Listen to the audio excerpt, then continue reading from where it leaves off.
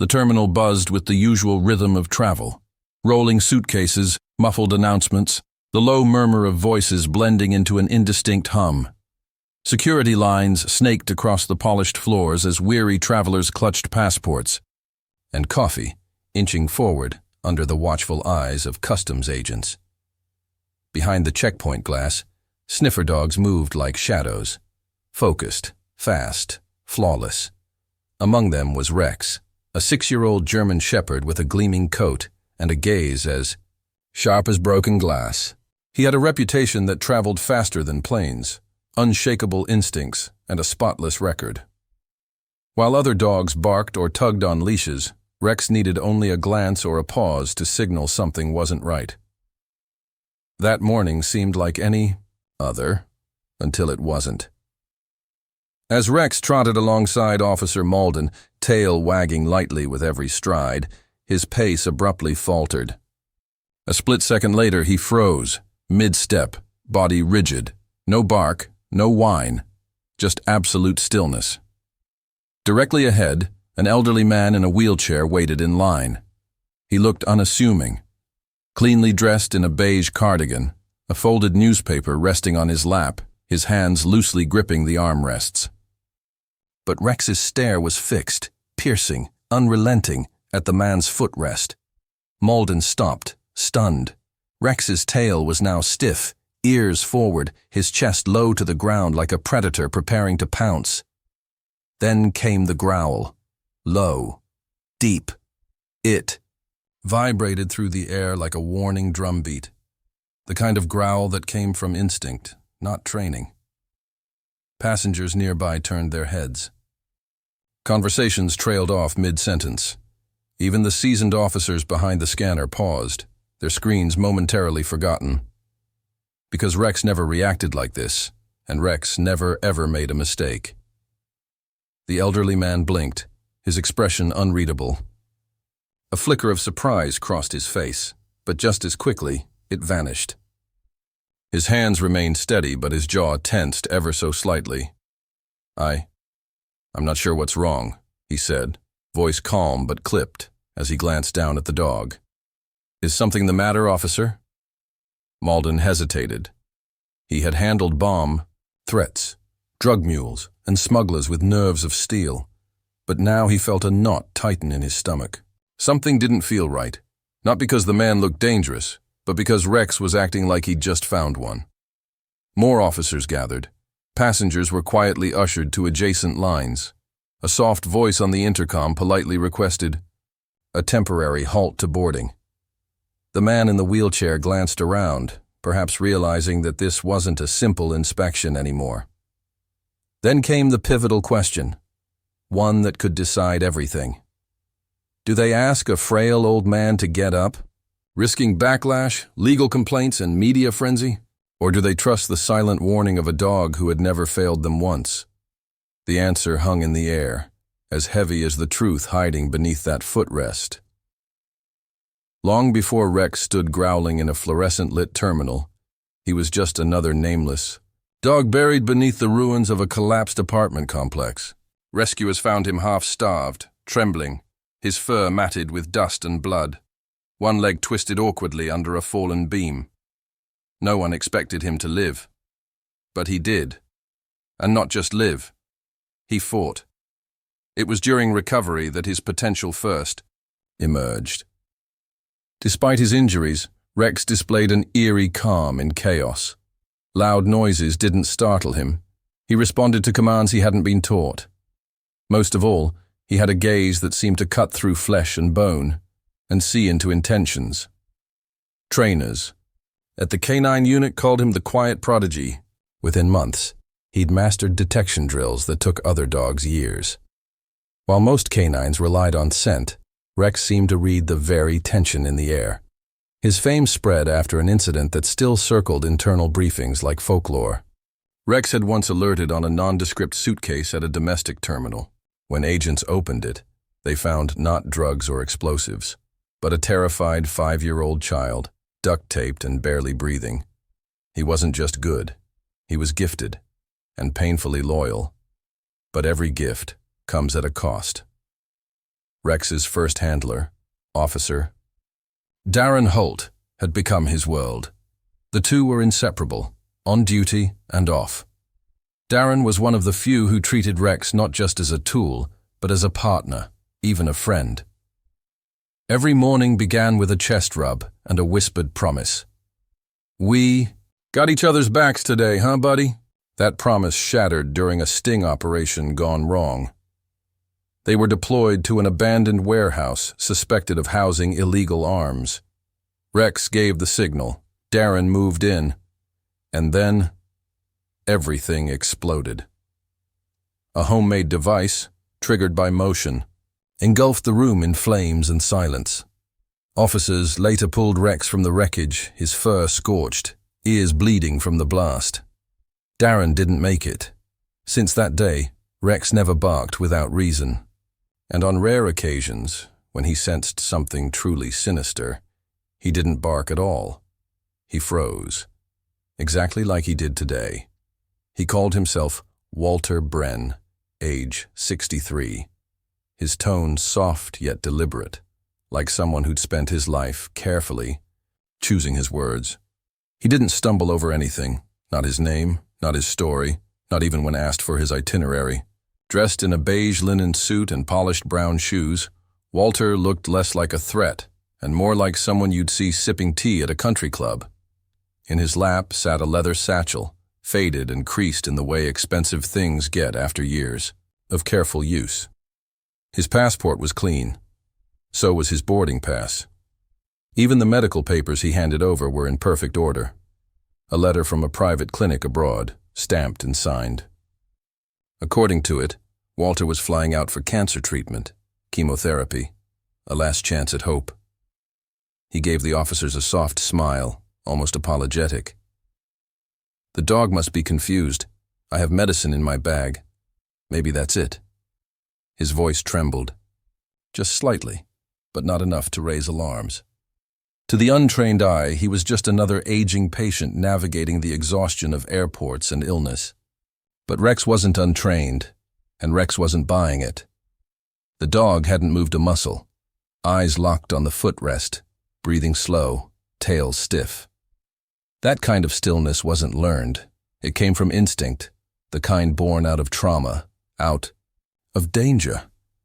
And now, that instinct was screaming. At first, the officers hesitated. There was no policy for bad feelings, and the documents were airtight. But something about Walter gnawed at the edges of their logic. It wasn't what he said. It was how he said it. Too calm, too composed. His serenity didn't read as confidence. It read as performance. That's when one of the senior officers leaned in closer, eyes narrowing. Walter's left foot was resting oddly. The right one was properly strapped into the wheelchair's footplate, as per airport safety protocols. But the left, just slightly, tilted off to the side. The Velcro restraint wasn't even fastened. It dangled, swaying ever so gently with the breeze of passing bodies, almost unnoticeable. "Unless you were looking for it. Mr. Bren," the officer asked gently, "do you feel any discomfort in your foot? The strap doesn't seem secure." Walter paused, just a second too long, then smiled again. "Oh, I must have knocked it loose," he said, bending forward slightly. "Old legs, you know." But his hand didn't move to fix it. And that's when something else caught their attention. Something no papers could explain. A droplet of sweat, glistening under the fluorescent light, slid slowly down his temple. The airport was cold, uncomfortably so. Other passengers had jackets draped over their shoulders. One woman stood nearby with arms folded tightly to her chest. But Walter, he was sweating. Not from heat, from pressure. Another officer stepped forward, whispering under his breath. "He's lying. I don't know about what, but he's lying." Around them, people started to notice. Phones came out. Eyes darted back and forth between Rex and the man in the chair. A young boy held his mother's hand tighter. The atmosphere had shifted. What had once felt like a routine check was now charged, brittle, ready to snap. Walter's fingers dug into the armrest just slightly. The veins on his hands tightened. Rex didn't bark. He didn't move. He just stared, breath low and steady, as if waiting for the exact moment to strike. Something was in that wheelchair, and it was about to be discovered. For a moment, the airport froze, not in motion, but in thought, in hesitation. 3 officers stood around Walter's wheelchair, eyes darting between the man, the dog, and each other. The terminal buzzed in the background, boarding announcements, clattering luggage wheels, distant conversations. But inside that circle, time seemed to stall. One younger officer, new to the unit, leaned toward his superior. "Sir, he's in a wheelchair." The implication hung in the air like a question nobody wanted to answer. What if we're wrong? What if this was a sick man, just trying to survive his diagnosis? What if this was a mistake? In an age where headlines twist facts and cameras capture only angles, not truth, accusing a man with medical papers and frailty in his bones could backfire instantly. "We can't search him based on instinct," another murmured. "He has rights. This could turn into a lawsuit." The supervisor, a weathered officer named Harris, watched Rex for a long beat.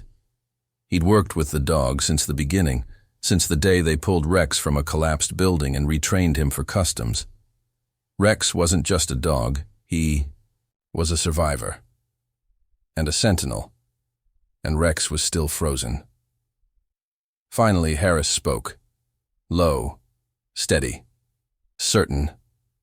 "If Rex is this sure," he said, "we can't afford to ignore it." The others fell silent, because they knew the truth. Rex had never been wrong. Walter blinked as they approached. His eyes flicked to Rex, then back to the officers, and for the first time, just for a flicker, his face changed. The edges of that controlled expression softened. It wasn't fear exactly. It was something colder, something calculated. "Mr. Bren," Harris said calmly, "we're going to escort you to a private room, just standard protocol. We need to inspect the wheelchair. It won't take long." Walter's smile returned, smaller now. "You'll regret this," he said softly. "I have nothing to hide." There was no aggression in his tone, no panic, just a whisper that settled like fog across the room. As if he wasn't the one being searched, but they were the ones who had crossed a line. Still, he didn't resist, didn't raise his voice. He simply allowed them to roll him away, Rex walking beside them, ears locked forward, posture rigid. The crowd parted without being asked. People stepped back. Phones came down. Even children stopped asking questions, because in that moment, no one knew what they feared more, that this was a mistake, or that it wasn't. Inside the side room, the fluorescent lights flickered slightly, casting long shadows across the floor. The door closed behind them with a soft click, and the truth was about to come out. The air in the small inspection room was heavy. Not hot, just thick with tension. One of the officers knelt beside the wheelchair, glancing at Harris for a silent go-ahead. Harris gave a single nod. A screwdriver turned slowly, each twist echoing in the quiet room like a clock ticking down to something they couldn't yet name. The footrest didn't give easily. Its screws were old, rusted at the tips, not a standard issue for medical wheelchairs. Whoever modified it had meant for it to stay shut. But then it popped loose. The officer eased the metal cover open and froze. Inside the narrow compartment, carefully packed in faded cloth, were 3 distinct items. A small sealed container, industrial-looking, wrapped tightly in medical tape. A child's toy, a soft, threadbare lion with one missing eye, a torn photograph, its edges burned, showing a young girl with wild curls hugging a large German shepherd. No one spoke. Even Rex took a single step back, ears flattened, as if bracing for what would come next. The toy dropped first into the officer's hand. It was old, but cherished, the kind of thing a child carries everywhere until they don't. The torn photograph, followed, and Harris's face twitched. He recognized the dog in the picture. It was Rex, a much younger Rex, standing beside a girl that no one had seen in years. But it was the container, the sealed one, that demanded answers. "What is this, Walter?" Harris asked, voice hardening. Walter finally looked up. His face didn't show fear. It showed something stranger, relief. "You'll understand," he whispered, "when you open it." Inside the container was a trembling puppy, wrapped gently in cotton fabric to keep it quiet. Not drugs, not weapons, a living creature. But the tag around its neck said everything. For Lucy. From Dad. Harris looked at Rex, then at the old photograph. The girl hugging Rex. That was Lucy, the daughter of Rex's first handler, the one who died in the explosion. Walter wasn't smuggling contraband. He was delivering a piece of closure to a girl who'd lost everything. Walter's life hadn't always been one of shadows. Once, he had a family, a daughter who smiled like the sun and a wife who loved him with a passion that could heal any wound. But that was before everything went wrong. 10 years ago, his world shattered when his daughter, Lucy, was taken. Just vanished. No trace. No ransom note. Only the sound of his own frantic footsteps as he searched for her, turning over every rock, questioning every stranger. But the police, his friends, his colleagues, told him the same thing. She's probably gone. It's been days, weeks. She's just another missing child. But Walter couldn't accept that. Lucy was his heart, and hearts didn't just disappear. And when the grief of losing their child finally claimed his wife, he was left alone. Not just with the pain of his own loss, but with the silent knowledge that nobody, no one, believed him. Not about the way things had happened, and not about what he was certain he had seen, the shadow of a man and the dark secrets he carried. Walter never stopped. He couldn't. The years melted away, but he clung to one truth. His daughter was out there. And so, he hunted her kidnapper tirelessly and without rest. But the trail was cold. The evidence he had, pieces of a puzzle nobody seemed interested in putting together, had been dismissed time and again. Yet, there was always one piece he couldn't forget, one shred of evidence he had to keep hidden. The footrest. He had been inside a corrupt facility, one where the truth about Lucy's disappearance had been buried under layers of deceit. It was there, in that forgotten place, that Walter found the key. A small, fragile vial containing DNA evidence that could connect everything. A toy Lucy had lost when she was younger, and a microfilm containing the names of the people who had conspired to hide the truth. He had no choice. He had to smuggle it out. And the footrest was the perfect hiding place. A part of his wheelchair nobody would think to inspect. It was the only thing that stood between the evidence and its destruction. But, even as he carried the burden of those secrets, he never imagined how close he'd come to being caught. Rex, the dog he had seen in that old photograph, wasn't just a trained sniffer. He had been the one to help him back then, the one to protect him when the world was trying to take everything from him. And now, after years of searching, Walter's only hope had become the most unlikely of allies, the loyal sniffer dog who had never failed. But with every twist of the screw and every inch of evidence revealed, Walter knew the truth. He wasn't just carrying hope for Lucy anymore. He was carrying a part of himself he never thought he'd find again. As the officer carefully lifted the torn photograph from the footrest, the room fell into an eerie quiet. The picture, faded with age, depicted a smiling little girl with golden hair, her eyes full of innocence, her joy captured in a moment frozen in time. But as soon as Rex, the loyal sniffer dog, caught a whiff of the photograph, he stopped cold. His body stiffened, his tail no longer wagging, and his eyes locked onto the picture as if he had seen a ghost. The room held its breath as Rex's usually confident demeanor faltered. He sniffed the photograph again, then went completely silent. His entire focus was on the image of the little girl, and something in his stance changed, something deeply emotional. The officers, stunned by his sudden reaction, exchanged glances. What was going on? Rex's growl rumbled softly in his throat, his eyes filled with an unspoken pain that no one could have predicted.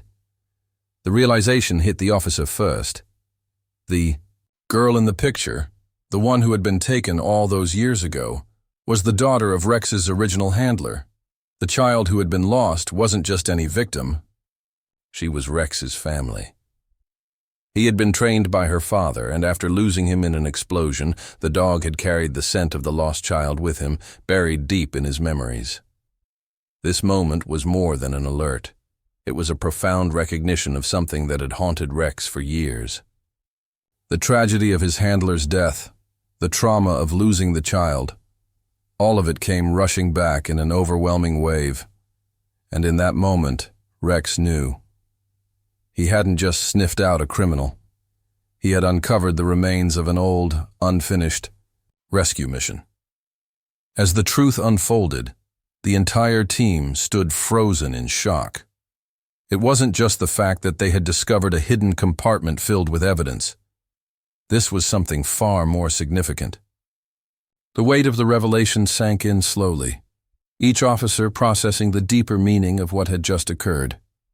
This wasn't about drugs or illegal goods. This wasn't a routine smuggling case. What they were standing on the precipice of was something far greater. Rex had led them to a rescue mission, not a criminal operation. The elderly man, Walter Bren, wasn't just some suspect. They had been wrong. He had been carrying something precious, something he had kept hidden not out of guilt, but out of desperation. He had been trying to bring the last piece of his family back together, despite the countless obstacles and years of silence. The room, filled with a heavy silence, not of confusion, but of understanding. Officers exchanged wide-eyed looks as they processed what they had just learned. This had never been a case of criminal smuggling. It was a case of redemption, of healing, of a father's love desperately seeking the truth. And Rex, in his quiet, unassuming way, had been the bridge between them all. As the dog stood still, his gaze never leaving the photograph, the officers knew that their roles had just changed. They weren't just uncovering a crime anymore. They were uncovering a legacy, one that stretched across years of pain, loss, and loyalty. Rex had always known what he was meant to do. But now, the officers realized, they had a choice to make: to help Walter bring the final piece of his heart back, or to continue doubting the dog who had never been wrong. After hours of investigation, a sense of truth finally settled in the room. The police confirmed Walter's claims. The DNA evidence he had smuggled out, the photograph, the hidden microfilm, it all matched perfectly with an unsolved cold case. His daughter, Lucy, had been missing for years, and the very people who had dismissed him as a grieving father were now forced to confront the reality that Walter had been telling the truth all along. The media, once skeptical, quickly caught wind of the discovery. Headlines began to flood the news. Missing girl found. Father's decade-long hunt finally over. Stories spread across the nation, and Walter Bren, the quiet man in the wheelchair, was suddenly thrust into the spotlight. But this time it wasn't for the tragedy of his loss. It was for the bravery and perseverance that had carried him through years of pain. In the midst of it all, Rex, the loyal dog who had never faltered, was hailed as a national hero. His incredible instincts and unwavering dedication to his handler's memory led to the uncovering of a dark secret and ultimately to justice for a family torn apart by time. Rex's name became synonymous with loyalty and courage. The story of the dog who had found the lost child, who had kept hope alive when no one else would, was shared in newspapers, on television, and across social media platforms. But amidst the praise, there was still one question lingering in the air. What would happen to Walter? He wasn't a criminal. He wasn't a man running from the law.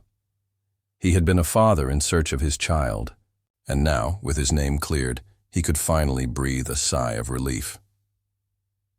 Days later, Walter stood at the doorstep of a small house, his hands trembling. The moment had come. He had spent so long searching for his daughter, and now here he was, about to meet her for the first time in 10 long years. The door opened, and standing there was a young woman, her eyes wide with curiosity. She had grown so much since he last saw her, but in her eyes, Walter saw the same light, the same spark of life that he remembered from when she was a little girl. It was Lucy, his daughter.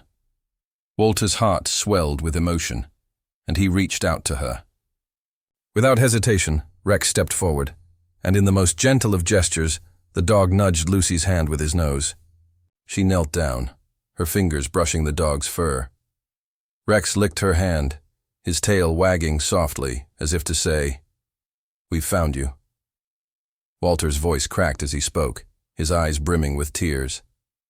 "Thank you for trusting the dog." He had spent so many years doubting that this day would ever come, yet here it was. The pain, the loss, the heartbreak. It was all worth it to see his daughter standing there in front of him, safe and sound. The weight of the years lifted in an instant.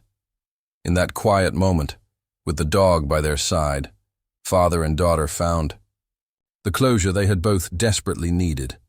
Walter, once alone in his search, now had everything he had ever hoped for, his daughter in his arms, and the unwavering loyalty of a dog who had never given up on him.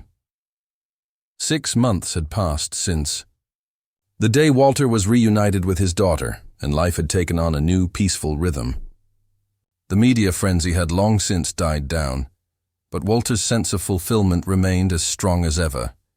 His days were spent volunteering with local rescue dogs, offering his time and experience to those in need, especially the dogs that had endured trauma, just like Rex. It was Walter's way of giving back, of showing others that even after years of darkness, there could be light. Rex, who had once walked the busy customs halls, his paws tapping the ground in a never-ending search for danger, had retired. His work was done. Instead of scanning for drugs or hidden contraband, he now spent his days lounging, comfortably at Walter's side, enjoying his newfound life of rest and love. The bond between them had deepened beyond the badge and the leash. Rex had found his true home, and Walter had found his peace. The two were inseparable, partners in life now, not in duty. Rex had been adopted into the family, and Walter was no longer the man in a wheelchair searching for answers. He was now simply a father, with the daughter he thought he'd lost forever, and a loyal dog by his side who had shown him the way. One afternoon, as Walter sat on the porch of their modest home, Lucy, now a teenager, sat next to him, gently stroking Rex's fur. The dog was resting his head in her lap, content and peaceful. The bond between them had formed in an unlikely way, but it was one that could never be broken. Lucy looked down at Rex, her eyes filled with gratitude and admiration. "He saved me twice," she said, her voice soft but steady. "Once when I was taken, and once today." It was a simple statement, but it held a lifetime of meaning. Rex had been the unlikeliest of heroes, an animal who had been through his own pain and trauma, yet still had the capacity to save others. He wasn't just a dog. He was the embodiment of loyalty, resilience, and the power of second chances. As the sun began to set, casting a warm glow over the scene, Walter and Lucy shared a look. There was no more searching, no more uncertainty. They had found each other, and Rex had led them to this moment, where healing and hope had replaced years of loss. If this story touched your heart, share it with someone who still believes in loyalty, love, and the unexpected heroes that walk on 4 legs. What would you have done if you were that officer? Comment below. We're reading every story.